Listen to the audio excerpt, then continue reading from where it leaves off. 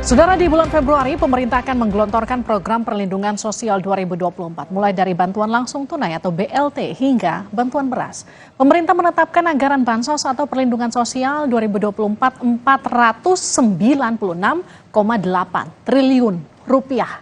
Anggaran bansos di tahun politik ini termasuk yang terbesar. Bahkan melebihi anggaran bansos saat pandemi COVID-19 tahun 2021 hingga 2023 lalu yang ada di kisaran 440 sampai 460 triliun rupiah. Yang jadi pertanyaan, apa saja bantuan sosial yang dicairkan pemerintah? Kalau kita lihat ada bantuan pangan non tunai yang besarnya Rp200.000 per bulan. Ada bansos beras 10 kg untuk 22 juta penerima manfaat. Ada juga BLT kerawanan pangan nilainya mencapai 11,25 triliun rupiah. Ini anggarannya. Pemberian bansos dikritik karena berdekatan dengan momen pemilu. Kenapa demikian? Kebetulankah? Kita akan bahas setelah tayangan berikut.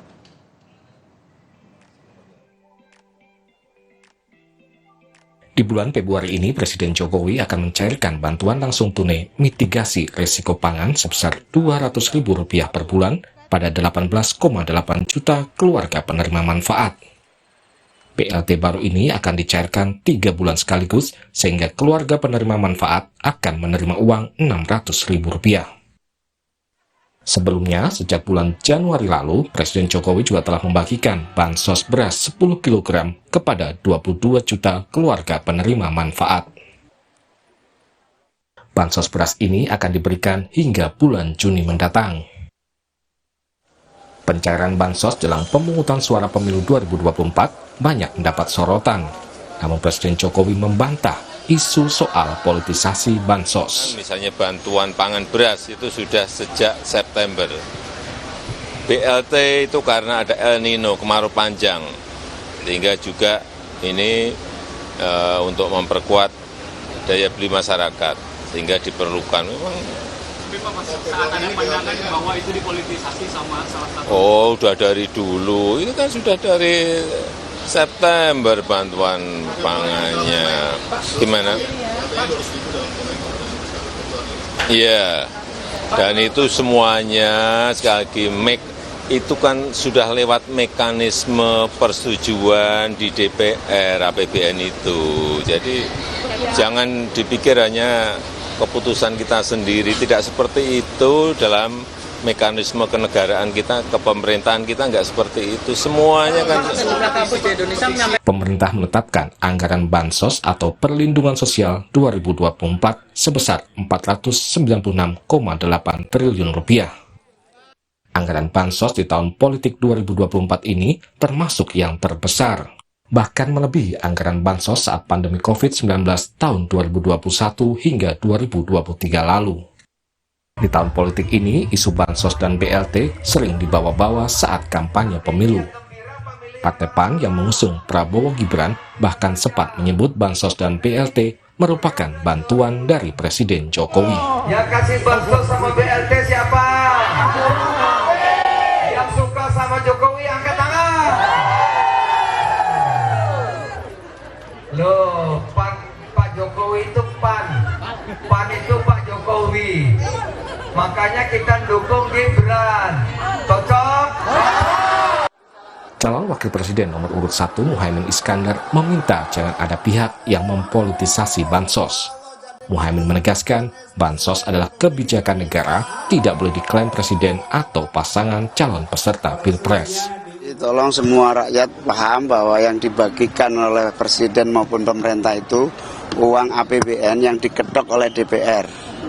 Tidak boleh ada satupun yang mengklaim itu bantuan presiden, bantuan menteri, apalagi bantuan pasangan calon. Memang eksekusi ada di tangan pemerintah dan presiden. Kita harap presiden fair. Presiden benar-benar menggunakan bansos sebagai negarawan, bukan sebagai politisi. Kualat, Pak. Hal senada disampaikan calon wakil presiden nomor urut 3 Mahfud MD. Mahfud menyebut bansos bukan dari pemerintah, melainkan dari negara. Bahwa bansos itu bukan bantuan dari pemerintah, tapi bantuan dari negara. Negara itu kalau penyelenggara sehari-harinya adalah pemerintah dan DPR. Berarti bansos itu bukan karena kemurahan seseorang, tapi memang ada di dalam ketentuan hukum.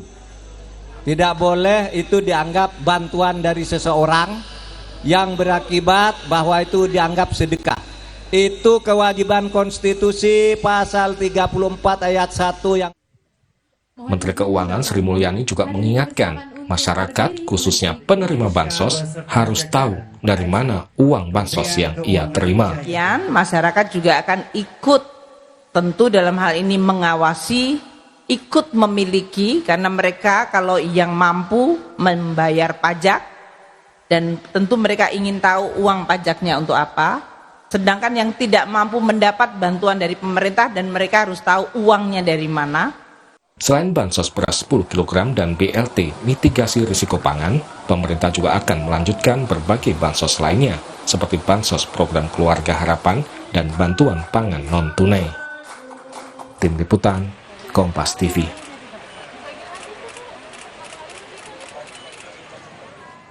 Saudara, pemerintah bagikan bansos dan BLT jelang pemilu. Bagaimana memastikan bansos tidak dipolitisasi? Kita bahas bersama editor Kontan, Sandi Baskoro. Mas Sandi, selamat malam.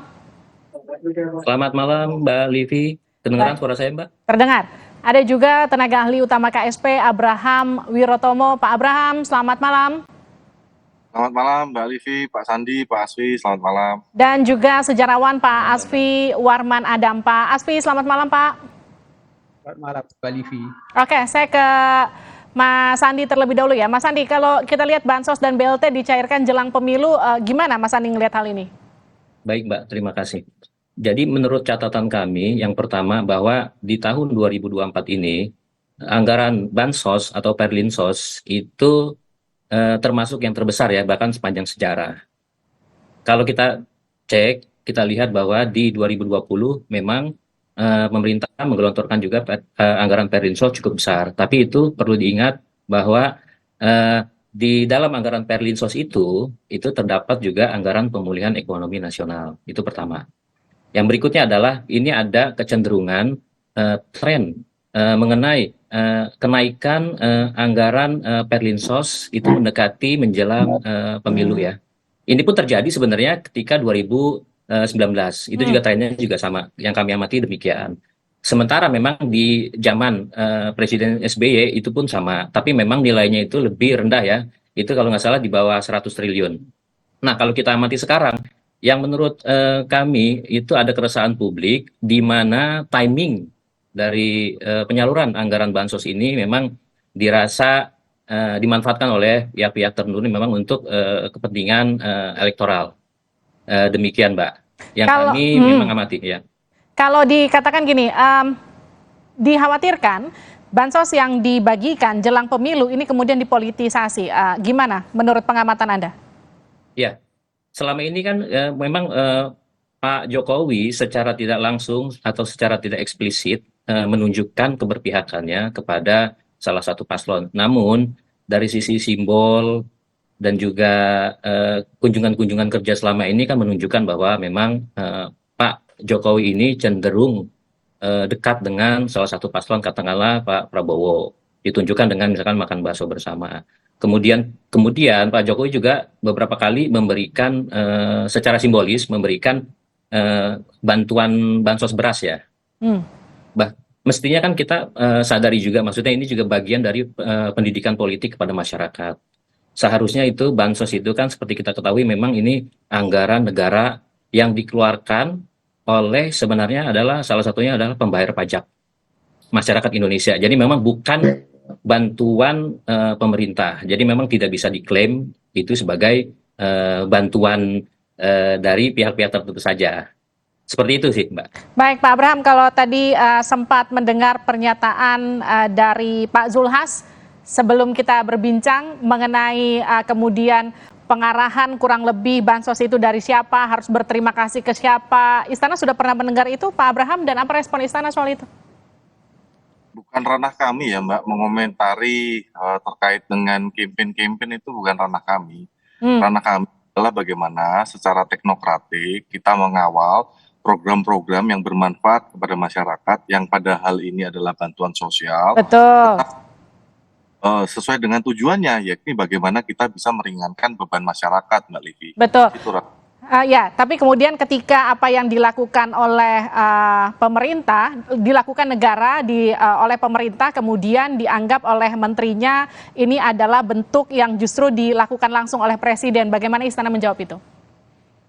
Presiden bertemu dengan masyarakat, berinteraksi dengan masyarakat, membagi-bagikan kartu ataupun sertifikat ataupun bantuan sosial itu kan sudah dilakukan dari tahun-tahun 2014 sampai sekarang. Jadi sejak 2014, 15 dan seterusnya itu memang gayanya Bapak Presiden. Bapak Presiden suka berinteraksi langsung dengan masyarakat, suka bertemu langsung dengan masyarakat, dan itu kan gaya beliau.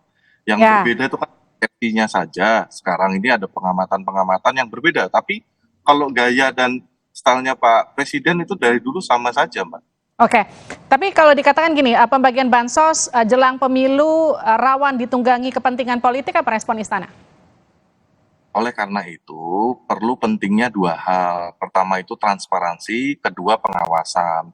Terkait dengan transparansi, pemerintah memastikan setiap orang itu bisa mengecek atau memeriksa dirinya penerima atau bukan, sehingga ini menghindari kesan-kesan bahwa kalau nggak milih itu, nggak milih ini, maka nggak dapat bansos. Itu bisa dihindari melalui transparansi. Yang kedua pengawasan, data, perencanaan, penyaluran, evaluasi terkait dengan bantuan sosial ini diawasi banyak pihak, Mbak Livi. BPK itu independen, KPK, BPKP, TNP 2K, dan diawasi juga oleh DPR. Mata yang melihat itu berlapis-lapis. Oleh karena itu, ruang-ruang terjadinya yang Mbak khawatirkan itu bisa diminimalisir, Mbak Livi. Oke, saya ke Pak Isfi. Pak Isfi, kalau dikatakan bansos kali ini dikaitkan jelang pemilu, apakah memang sudah biasa bagi-bagi bansos jelang pemilu? Ya, ini saya ya. Yes. Ya, betul. Jadi kalau soal apa namanya itu pembagian bansos itu memang sudah dari dulu ya, dan biasanya juga meningkat pada saat pemilu. Tapi yang berbeda sekarang ini adalah bahwa pada saat ini ada anak dari Presiden Jokowi yang menjadi salah satu pasangan calon presiden. Nah, itu yang membedakannya dari tahun-tahun atau pemilu yang lalu. Dan yang kedua, kita bisa melihat ini dari rangkaian pernyataan Pak Jokowi sebelumnya, bahwa pertama beliau mengatakan akan cawe-cawe di dalam pemilu. Lalu yang kedua, anaknya melalui pelanggaran etika di MK itu menjadi salah satu calon wakil presiden. Nah, kemudian yang berikutnya Pak Jokowi juga mengatakan pejabat negara termasuk presiden itu berhak memilih dan juga berhak melakukan kampanye. Dan rangkaian inilah yang menyebabkan orang percaya ketika ada beberapa keanehan yang tidak biasa di dalam penyaluran bansos ini menimbulkan dugaan bahwa ini dimanfaatkan untuk kampanye. Ya, tapi kemudian kan sempat dibantah Pak Jokowi ketika dikatakan politisasi bansos dan anggaran ini sudah disetujui DPR. Kalau kita bicara timing, waktu pencairan dan juga distribusi bansosnya, menurut Anda Pak Asfi gimana? Itu pun juga ya, karena rencananya kan pembagian bansos ini kan bulan September, tapi kemudian diundur bulan November, Desember, itu kan berdekatan dengan pemilu. Dan timingnya ini mencurigakan gitu. Lalu yang kedua, bahwa jumlahnya itu juga lebih besar dari yang biasanya. Dan yang berikutnya lagi, pembagian bansos ini disertai dengan apakah atribut kampanye diserang misalnya ketika Presiden Jokowi membagikan beras. Nah, itu bisa dibantah ya, tetapi sumber yang lain seperti majalah Tempo melaporkan bahwa yang ada di sana itu adalah baliho Prabowo dan Gibran gitu misalnya. Lalu yang lainnya itu adalah bahwa para menteri seperti Pak Zulkifli Hasan dan Erlangga Hartarto misalnya itu berkampanye mengatakan bahwa bansos ini dari presiden dan harus berterima kasih kepada presiden. Dan tadi juga sudah terang kita dengar bahwa Pak Zulhas itu mengatakan kita memilih Gibran gitu. Jadi bansos ini digunakan untuk kampanye gitu. Itu menurut saya tidak bisa dibantah lagi gitu. Bagaimana Pak Abraham menjawab itu, Pak Abraham? Ya, di tengah tahun politik, ketika banyak pengamatan, banyak pandangan, menurut kami itu sah-sah saja ya. Itu bagian dari dinamika di tahun politik. Namun kami bisa pastikan ada beberapa fakta-fakta yang tadi tidak tepat. Pertama dari Pak Sandi tadi kan menyampaikan ini bansos terbesar sepanjang sejarah. Dan itu tidak tepat. Karena di tahun 2022 jumlahnya lebih besar. Tahun 2020 jumlahnya lebih besar. Sehingga tidak tepat statement bahwa ini anggaran perlindungan sosial yang terbesar sepanjang sejarah. Lalu ketika Pak Asfi menyampaikan bahwa bantuan sosial ini diundur dari September ke Februari itu juga tidak tepat. Jadi yang namanya bantuan pangan sudah bergulir dan sudah mulai disalurkan sejak bulan Maret tahun 2023. Perencanaannya sejak tahun 2022 dibahas dengan DPR dan disetujui dengan DPR. Ya. Lalu yang tahun 2024, Mbak, itu pembahasannya sejak tahun 2023 dan juga disetujui oleh DPR di tahun 2023. Pada saat itu ada hiruk-pikuk dan pengamatan seperti tadi. Sehingga pengamatan seperti tadi ini ya bagian saja dari dinamika saat ini sedang tahun politik. Itu terkait dengan pandangan-pandangan itu bagian dari tahun politik yang ada menurut kami, Mbak. Oke. Ini kalau tadi data yang kita tampilkan kan ada irisan yang beririsan itu hanya di 2020 dan di 2024. Kisarannya hanya sekitar, ini kita tampilkan ya, di 2020 498 triliun, 2021 468,2, 2022 itu 460,6, 2023 443,5 dan sekarang di 496,8. Apa yang membuat nilai di 2024 ini hampir sama dengan ketika kita di pemulihan ekonomi di awal-awal Covid, Pak Abraham? Ya, pertama anggaran dari Indonesia atau APBN dari tahun ke tahun itu belanjanya itu terus meningkat, Mbak. Jadi katakan ambil contoh yang anggaran APBN tahun 2023 ke anggaran APBN 2024, total belanja kita tuh naik 7%. Karena memang pendapatan kita meningkat, negara kita semakin besar, semakin maju, maka anggaran kita semakin besar, meningkat 7%. Sedangkan anggaran perlindungan sosialnya itu naik 4%. Jadi peningkatan anggaran perlindungan sosial dengan peningkatan APBN itu masih lebih besar peningkatan APBN. Dan kenapa ada kenaikan terkait dengan perlindungan sosial? Sekali lagi, urgensi dari bantuan pangan ini adalah kaitannya dengan krisis pangan global yang terjadi di berbagai negara. Bahkan PBB menyampaikan krisis pangan global, Mbak. Dan tentu ini berdampak kepada masyarakat Indonesia juga. Itu yang menjadi fokus dan perhatian dari pemerintah. Bagaimana pemerintah bisa membantu meringankan beban dari masyarakat, Mbak Livi. Iya, tapi kemudian ketika ada yang menyebut Pak Abraham, bansos dan BLT ini dibagikan saat indikator ekonomi Indonesia justru membaik, pengangguran dan juga inflasi rendah, itu gimana respon Istana soal itu? Betul, dari perlindungan sosial, Mbak, yang 400 triliun itu kan bukan cuma bansos, Mbak. Ada subsidi listrik, ada subsidi LPG 3 kg, ada subsidi BBM. Jadi banyak program, bukan hanya bantuan sosial yang sekarang kita sedang diskusikan. Itu ada rangkaian program dari pemerintah untuk meningkatkan daya beli dari masyarakat. Oleh karena itu, ketika para pakar dari Semeru, World Bank memperkirakan bahwa angka kemiskinan Indonesia itu menjadi 2 digit, belasan persen, kita patut bersyukur alhamdulillah bahwa saat ini angka kemiskinan kita 9,an%, Mbak. Itu tidak terlepas dengan adanya program-program juga dari pemerintah, Mbak. Oke, Mas Andi, kalau tadi mendengar pernyataan dari Pak Abraham, memang sejauh mana sih efektivitas dari bansos dan BLT ini bisa memenuhi target pemerintah untuk membantu pertumbuhan ekonomi? Baik, jadi begini Mbak Livi, ini mungkin saya juga tanggapi terkait dengan statement Pak Abraham ya. Ini ada kaitannya, jadi seharusnya yang namanya peningkatan dana bansos itu berbanding lurus dengan mestinya dana bansos yang tingkat kemiskinan, kan Indonesia ini kan pemerintah mengklaim bahwa tingkat kemiskinan kita itu bergerak dalam tren menurun. Dari sebelumnya itu sekitar 10%, sekarang ini sekitar 9,3% ya di Maret 2023. Nah, seharusnya yang namanya dana bantuan sosial ini kan sebenarnya bantalan untuk masyarakat miskin juga. Kenapa? Trennya itu justru meningkat di saat tren kemiskinan Indonesia itu menurun. Jadi ini juga sebenarnya menimbulkan pertanyaan, itu satu.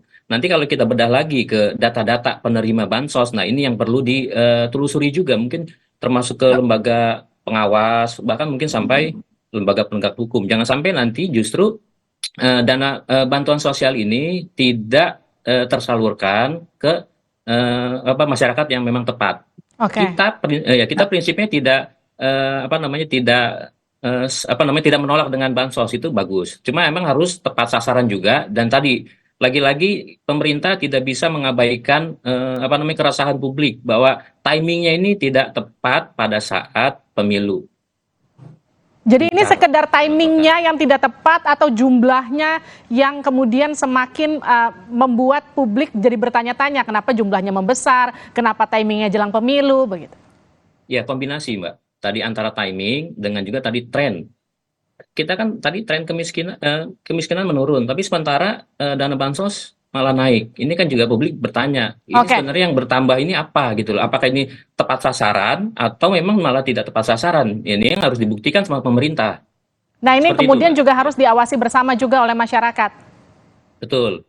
Nah, untuk kemudian menjawab bahwa ini adalah produk politisasi dari pemerintah atau bukan, bagaimana, Mas Andi? Ya tentu, kita nggak bisa, kita ini kan tidak berada di ruang hampa ya Mbak ya. Ketika pemerintah selalu mengklaim bahwa memang, bahwa proses dana bansos ini pembicaraannya, alokasinya memang melibatkan juga di parlemen. Tentu betul. Tapi tadi saya bilang bahwa simbol-simbol dukungan itu tidak bisa lagi berada ketika presiden menyalurkan dana bantuan sosial, termasuk dana bantuan sosial beras dan lain sebagainya. Itu loh maksudnya, klaim itu yang mestinya harus dipisahkan. Secara etika kan itu tidak pantas juga. Baik, Pak Abraham, silakan dijawab. Ya, mengenai kenaikan anggaran, sekali lagi kami sampaikan bahwa di tahun 2023 tidak hanya Indonesia tapi seluruh bumi ini, bahkan bumi ini mencatat rekor suhu terpanas sepanjang sejarah modern manusia. Oleh karena itu ada gangguan terkait dengan produktivitas pangan yang berdampak pada kenaikan harga pangan. Jadi harga beras, Mbak Livi, itu naik dari 10 ribuan ke angka 12-13 ribu per kilogram, tergantung daerahnya di mana. Ini pemerintah berupaya melindungi mereka yang rentan. Mungkin untuk saya, untuk Mbak Livi, harga beras itu naik 1.000-2.000 itu mungkin tidak begitu bermasalah. Namun untuk kelompok-kelompok yang masih ekonomi rentan, kenaikan 1.000 dan 2.000 itu sangat memberatkan.